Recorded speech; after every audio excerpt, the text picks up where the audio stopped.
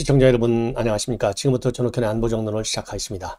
이제는요, 이 김용과 관련된 뉴스도 굉장히 많이 나오지만요, 정진상에 대한 뉴스가 또 폭주하고 있습니다. 그래서 이번 시간에는 이 두 사람, 특히 정진상과 관련된 비리들, 그리고 또 이 남욱 변호사와 관련된 또 이 댓글 작업, 그러니까 남욱이가 말이죠, 이재명이가 재선이 돼가지고 자기 사업에 도움이 되도록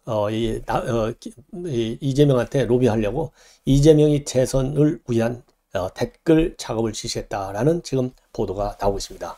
자, 그래서요, 이 갈수록 이재명 주변과 관련된 비리들이 말이죠, 이게 쌓여가지고, 아이고, 저도 이거 정리하기도 굉장히 힘든데, 우리 시청자 여러분들께서도 이재명에 빨리 정리를 해야 되지 않겠습니까? 자, 그래서 최대한도요, 이 단순화시켜서 이 중요한 팩트 중심으로만 제가 보도를 해드리겠습니다.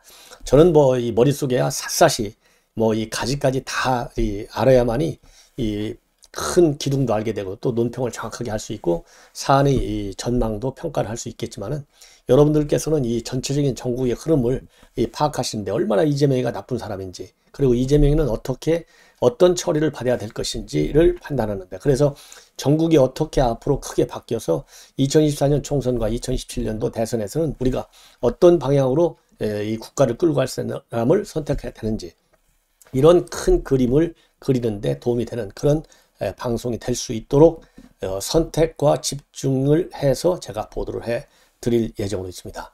자, 그래서 이 내용 이 말씀을 드리기 전에, 오늘 굉장히 제가 보기에는 국정원발 폭탄 뉴스다. 이건 정말 깜짝 놀란 뉴스인데, 그러니까 국정원의 이 기조실장이 조상준, 이 기조실장이 사표를 냈다, 이렇게 보도가 됐거든요. 그런데 지금 나오는 보도를 보니까 대통령이 사표를 수리했다, 이렇게 지금 나오고 있어요. 그래서 이미 말씀을 드린 대로 그야말로 이제 좌청류 우백구를 하는데, 뭐 이 윤석열 대통령의 측근들이 다 요직을 차지하고 있죠. 그런데 그 중에서 한동훈 장관과 조상준 국정원 기조실장이 좌청류 우백구일 정도로 신임을 받는 최측근으로 뽑혀왔어요. 자, 그런데 국정원 측에서는 이제 일신상의 사유로 사퇴를 했다라고만 밝히고 있습니다. 그 참고적으로 먼저 조상준 실장의 경우에는 연손 26기고 그러니까 론스타 수상할 때 윤 대통령과 인연을 맺었고요. 대검에서 중수부검사, 그 다음에 중앙지검 제2부장검사, 서울고검검사, 부산지검 제2차장검사, 대검 형사부장, 고검 차장검사, 이런 자리를 거쳐서 국정원 기조실장으로 지난 6월에 임명이 됐습니다. 자, 그래서 이 뉴스가 나오니까요, 박지원 원장이 이제 언론에 나와서 하는 얘기가, 내가 이제 국정원장 출시다 보니까 나한테 모든 기자들이 다 전화가 온다. 왜 사퇴를 했느냐. 근데 본인도 그야말로 국감 시작 직전에 사의를 표했다, 이런 속보를 보고 깜짝 놀랐다. 그런데 국정원장과 이사 문제로 충돌한다는 풍물은 들었다. 그러나 이유는 잘 모르겠다. 예. 그리고 만약에 사표가 수리된다면 검찰 논리로 국정원을 재단하는 분보다는 국민과 국정원의 시각으로 국정원을 개혁하고 발전시킬 국정원 내부 인사가 승진됐으면 좋겠다, 이렇게 입장을 밝혔어요. 자, 그래서 지금 이제 박정현도 뭐 그런 풍문을 듣다고 했는데, 뭐 저는 풍문조차도 지금 언론을 보고 처음 알았는데요. 자, 이제 김기현은 제가도 그래서 바로 이 앞방송에서 뭐라고 얘기했냐면, 여러분들께 이제 이 기조실장은 예산과 인사인데, 결국은 항상 보면은 이제 이 기조실장이 원장보다도 대통령의 신뢰가 큰 경우가 많은데, 그때마다 꼭 싸우더라. 그러면서 MB 때 김성 원장과 김주성 기조실장 얘기를 했어요. 그래서 이번에도 가장 이거 갈등이 아니면 이런 문제가 있을 수가 없잖아요. 전 국감이라고 하는 것은 1년에 이제 국가기관 행사 중에서 가장 큰 일인데, 하루 앞두고 사표를 냈다, 이거는 심각한 거거든요.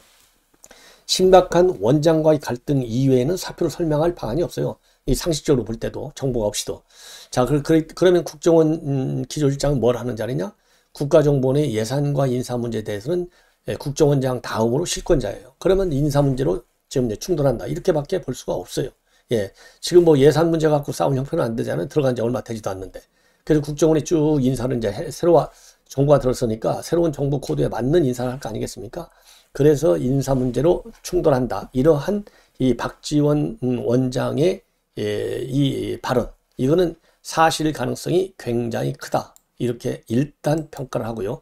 또 어차피 이거 다 나오게 돼 있어요. 그래서 나오면은 또 별도로 제가 논평을 해드리도록 하겠습니다. 그래서 이 국정원 기조실장 인사도 이렇게 해서 뭐 이 각을 세우는 일이 어느 정권 때보다 꼭 있어요. 꼭 한 번씩 있습니다. 기조실장도 한 2명 정도 통상 2~3명 바뀌는데 그 중에 이제 한 명은 대통령하고 신뢰가 원장보다도 가까운 사람들이 있어요. 이때 꼭 사단이 발생해요. 그래서 이제는 국정원 기조실장도 국정원 내부에 현직 직원 중에서 발탁하는 것이 가장 순리적인 인사다. 그래서 이 국정원의 기능이 국가와 국민을 위한 그야말로 정보기관이 되어야 되는 거 아니겠습니까? 그런 취지에서의 국정원 기조실장 인사는 다른 1, 2, 3차장도 내부 현직 직원 중에서 발탁하는 것이 가장 바람직한 인사 모델이어야 됩니다. 그런데 뭐 그건 뭐 저의 바람일 뿐이고, 저야 운 좋게 뭐 현직 국장 할 때 바로 해외정보국장에서 1차장으로 돼서 내부 발탁으로 됐지만은 저와 같은 케이스가요, 항상 이제 정례화돼야 돼요. 그 어느 부처든지 자기 부처 출신이 차장이 되고 또 장관이 되는 경우가 대부분인데 국정원은 정반대예요. 그래서 이번부터 윤석열 대통령이 기조실장 인사는 현직 직원 중에서 그야말로 직원들로부터 존경을 받는 실력과 인품 면에서 그런 사람을 임명하는 것이 순리가 아니겠느냐. 그래서 제2의 조상준 사태는 막아야 되겠다라고 판단이 됩니다. 자, 이번에는요, 이제 본격적으로 대장동, 지금 이제 동아일보 오늘 단독 보도가 많네요. 동아일보 보도를 보면은 단독 보도가 2개인데, 하나는 뭐냐? 하나는 정진상이하고 김용 간에 김용에 간 돈이 얼마냐? 1억 5천만 원이 갔다. 어디에서 갔느냐? 이 돈의 출처는 대장동 분양 대행사에서 갔다. 대장동 분양 대행사는 뭐냐? 이모신대 대표가, 이 사람은 뭐 쉽게 얘기해서 여러분들 이제 박영수 특검 얘기가 자꾸 나오는데요. 박영수 특검의 인척 관계에 있었다. 이러면서 그 당시 이제 박영수 특검의 딸이 아파트를 하나 부양받은 거 하면서 혹시나 또 이 50억 클럽에도 들어가고 의혹이 제기됐지만은 박영수 특검은 이모 대표 분양 대행사 뭐 인척은 인척이지만 거의 잘 모른다. 사실 뭐 먼 인척 간에는 잘 모르고 뭐 별로 친분이 없는 경우도 있죠. 여기에 해당된다라고 해명을 한 바 있는데, 이 분양 대행 업체에서 이제 로비를 시작했다. 이런 지금 보도를 단독으로 동아일보가 보도하고 있는데, 이 얘기는 어디서 나왔느냐? 유동규와 남욱으로부터 검찰이 진술을 확보했다. 이렇게 지금 단독으로 보도하고 있습니다. 그리고 유동규는 이 성남시장 재선 때도 사표 내고 나와서 성남도시개발공사 여기에서 사표 내고 나와가지고 이 재선을 도와줬고, 그리고 경기도지사 선거할 때도 또 사표 내고 중간에 나와서 다시 이재명이를 도와줬어요. 그 정도로 측근 중에 측근이에요. 자, 그래서 이제 이게 조선일보를 그래서 이 칼럼 이 선우정 칼럼에까지 나왔어요. 이재명이가 의리가 진짜 없는 사람이기 때문에 그 부메랑이 돼서 지금 역풍이 불고 있다.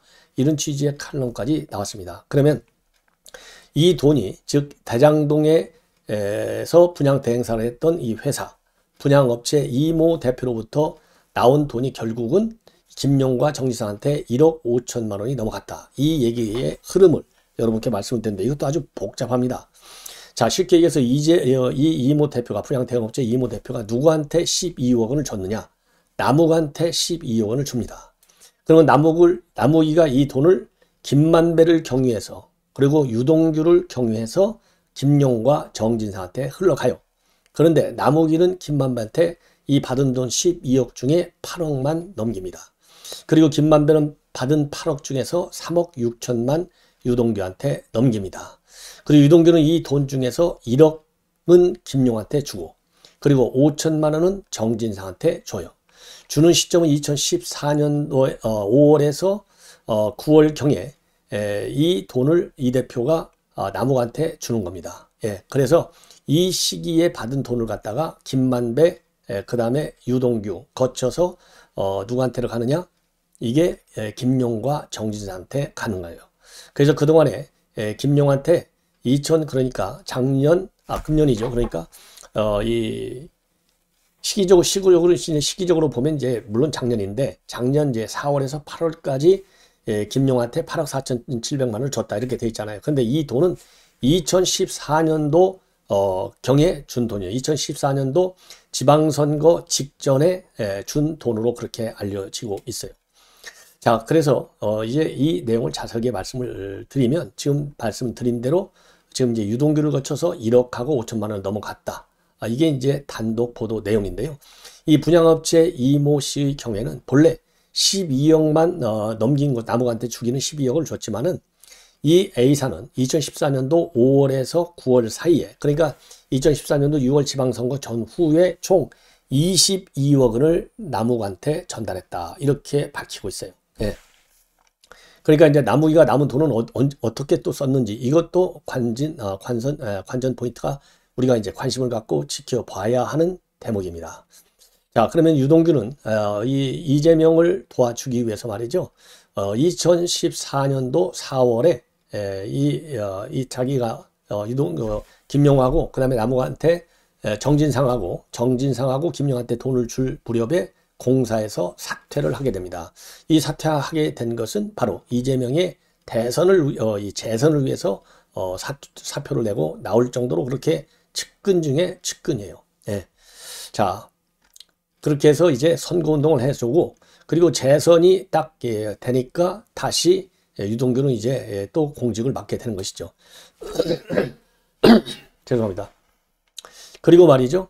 그리고 또 중요한 것 중에 하나는 정영학이는 돈을 아까 이제 분양 대행업체는 22억을 모아놨고 정영학이는요 2013년에서 2017년 그리고 2019년 세 차례에 걸쳐 갖고 돈을 얼마만큼 현금을 모아놓느냐 40억 6천만 원을 모아놔요. 그리고 나무기는 또 돈을 현금을 얼마만큼 모아놓느냐 자기가 실제 소유하고 있는 법인 등에서 15억 원을 빌리는 형태로 해서 현금을 모아둡니다. 그래서 이 돈을 다 어디다 썼겠어요? 나무가하고 정영학이가. 이게 결국은 이재명 쪽으로 흘러들어가지 않았겠느냐라고 하는 것이 합리적 추론이 아니겠습니까? 그래서 지금 이제 이 돈의 용처를 검찰에서 캐고 있다. 이렇게 지금 보도가 나오고 있는데 이 시점을 보면 말이죠. 자, 우선 정영학이가 모았다고 하는 40억 6천만 원. 이 내역을 여러분께 이제 말씀을 드리면 우선 정영학이는요, 세 차례에 걸쳐서 2013년도 12월에는 9억 원을 현금으로 만들어요. 이때는 자기가 가지고 있는 용인에 있는 아파트를 담보로 해서 우일의 자산관리 대주주가 소유하고 있는 우일의 투자 1, 2호 하고 그 다음에 본인이 실소유자로 되어 있는 우일의 파트너 3호 여기에서 돈을 빌립니다. 근데 참고적으로요, 우일의 투자 1, 2호하고 우일의 파트너 3호가 있는데 우일의 투자 1, 2호는요. 이 우일의 신도시 사업의 이 대주주로 되어 있는 정재찬 씨 걸로 되어 있어요. 그리고 우일의 파트너 3호는 이거는 정영학 본인 겁니다. 예, 그러니까 본인하고 우일의 사업의 동업자 여기에서 돈을 빌려가지고 현찰 9억 원을 마련해요. 그 다음에 2017년 두 번째는 6월 달인데 이거는 여기에서는 15억 2천만 원을 만들어요. 여기는요 본인이 가지고 있는 이 용인 아파트를 아예 우일의 파트너 3호 이 본인 회사에다가 팔아버려요. 그냥 본인 아파트를 본인 회사에 팔아서 현금을 마련하는 거예요. 예. 그 다음에는 또 2019년도 10월인데 이거는 이제 16억 4천만 원을 만듭니다. 이때는요 우일의 파트너 3호 즉 자기 소유로 되어 있는 우일의 파트너 3호가 소유하고 있는 이 용인 아파트에 아까 팔았다 했잖아요. 2017년도 6월에 용인 아파트를 갖다가 자기가 소유하고 있는 천화동인 5호에다가 또 다시 매각해요. 그러니까 자기 아파트를 우일의 파트너 3호에 자기 거에다 또 매각하고 그거를 그래갖고 15억 벌고 그거를 다시 또 자기 회사인 천화동인 5호에 또 팔아가지고 또 16억을 만들어요. 이게 그러니까 용인 아파트 하나 가지고 돈을 다 만드는 거예요. 40억 원에 가까운 돈을. 예. 처음에는 용인 아파트 담보로 9억 원. 1차 매각에서 15억, 2차 매각에서 16억 4천 원. 그러니까 용인 아파트 하나 가지고 40억 6천만 원을 만드는 거예요. 야, 이거 제주 좋잖아요. 이게 다 사기꾼들이 하는 짓이 아닌가 싶어요. 예. 그 다음에 나무기는 어떻게 하느냐? 2021년도 9월입니다. 그러니까 작년 대선 때예요. 9월에 15억 원을 만들어요. 본인이. 이거는 어떻게 만드느냐? 이 사람은 천화동인 4호를 가지고 있잖아요. 그래서 이 자신이 소유하고 있는 A 법인으로부터 자신이 실소유주인 천화동인 4호의 강남 사무실을 담보로 해서 자기 소유 법인으로부터 돈을 빌려요. 이게 15억짜리가 되는 겁니다. 그래서 이 돈이 도대체 다 어디로 갔느냐? 이거를 이제 검찰에서 밝히는 게 과제로 되어 있어요. 이거 뻔할 뻔짜 아니겠어요? 자, 그래서 이 돈, 자, 이 정영학이가 만들었다는 40억 6천만 원. 정영학의 40억 6천만 원. 그 다음에 남욱의 15억. 그리고 분양 대행업체 이모 씨. 여기에서 이 사람이 모은 22억. 이것만 하면요. 22억, 40억은 62억이잖아요. 62억에다가 15억 하면 얼마요? 77억. 이 77억의 용처를 이제 파악하는 것이 검찰의 과제로 되어 있어요. 이거 한번 우리가 지켜봐야 돼요. 예. 자, 그래서 제가 보기에는 정진상과 그 다음에 김용. 이 사람들에게 건네진 돈이 지금 알려져 있는 지금까지 이제 공소장이라든가 검찰발 뉴스, 그 다음에 취재를 통해서 다양한 소스가 밝힌 내용, 이거보다도 훨씬 더 많은 돈이 지금 딱 파악되고 있는 거예요. 이거를 보면 김용과 정진상 플러스 알파, 누군지 모르겠지만 이 사람들이 또 이제는 새로운 뉴페이스가 언론에 등장할 확률이 큰 거 아니냐. 예, 이렇게 판단이 되는 대목이고요. 그 다음에 이제 동아일보의 또 다른 단독 보도 내용인데, 이 또 다른 단독 보도 내용을 보면, 남욱 변호사가, 자기가 이제 회사 하나, 자산관리회사를 가지고 있었는데요. 여기에 직원 3명들한테, 그러니까 2014년도에 성남시장 재선할 때 이재명이 당선되게끔 댓글을 달아라. 이렇게 지시를 받았다고 합니다. 자, 그래서 결국은 뭐 사장이 다루는데 안 다룰 사람이 누가 있겠어요. 그래서 개인들 이메일 아이디어를 동원해서 댓글을 달았다. 이렇게 동아일보에 밝히고 있어요. 그 남변호사 즉 오너가 하라고 그러니까 댓글을 달 수밖에 없었고, 이재명이가 사업 허가를 안 둔다고 해서 생각을 별로 좀 좋아하지 않았는데, 그럼에도 불구하고 이 사업 때문에 이 시장에 잘 보이려고 하는구나. 이렇게 생각하면서 댓글을 달았다. 이런 지금 보도를 하고 있고요. 그리고 2014년도 5월에는 이 어떤 보도가 나왔었냐면, 이재명이가 성남시 원내 조례에서 공무원들한테 뭐라고 했느냐. 지방선거에 공무원들이 특정 당을 지지하면서 목 메고 있는데 목을 내민 공무원에 대해서는 확실히 목을 잘라주겠다. 이렇게 발언했다는 거예요. 그래서 이건 공무원을 대상으로 한 협박 발언 아니냐, 폭언 아니냐. 이러한 비판이 있었는데, 이 언론 보도에 이 비판 기사에다가 다른 남욱 직원은 뭐라고 댓글을 달았느냐. 정치적 줄서기를 하면서 본인 업무를 회피하는 것에 대해서 경고 메시지를 보낸 부분에 대해서는 어투가 좀 심하긴 심하지만 잘한 부분이다. 이렇게 댓글을 달아서 도와줬다고 합니다. 그런데 남욱 변호사가 작년 10월 검찰 조사에서 말이죠. 댓글 부대를 동원했다라고 진술을 했고, 자, 이거는 이제 2014년도 일이잖아요. 그런데 이제 공직선거법 시효가 6개월이기 때문에 기소가 이제 안 됐잖아요. 그럼에도 불구하고 이 남 변호사, 이 자산관리회사 직원이 댓글 작업을 했고, 이 댓글 작업을 총괄했던 사람이 황모 전 대표라고 그래요.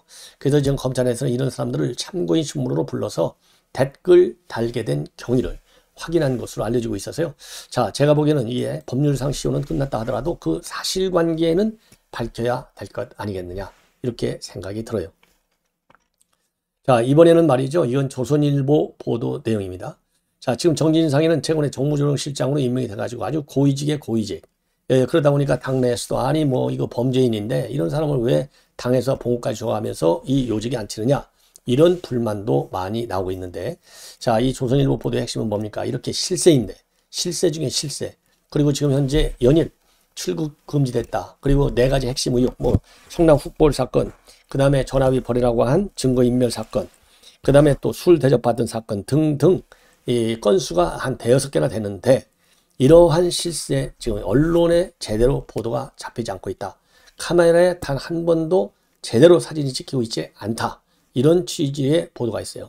그러면 이 사람은 숨어서 일어나냐? 아니라는 겁니다. 매일 아침에, 매일은 아니지만은 최고위가 열릴 때마다 당연히 정무조정실이니까 크잖아요.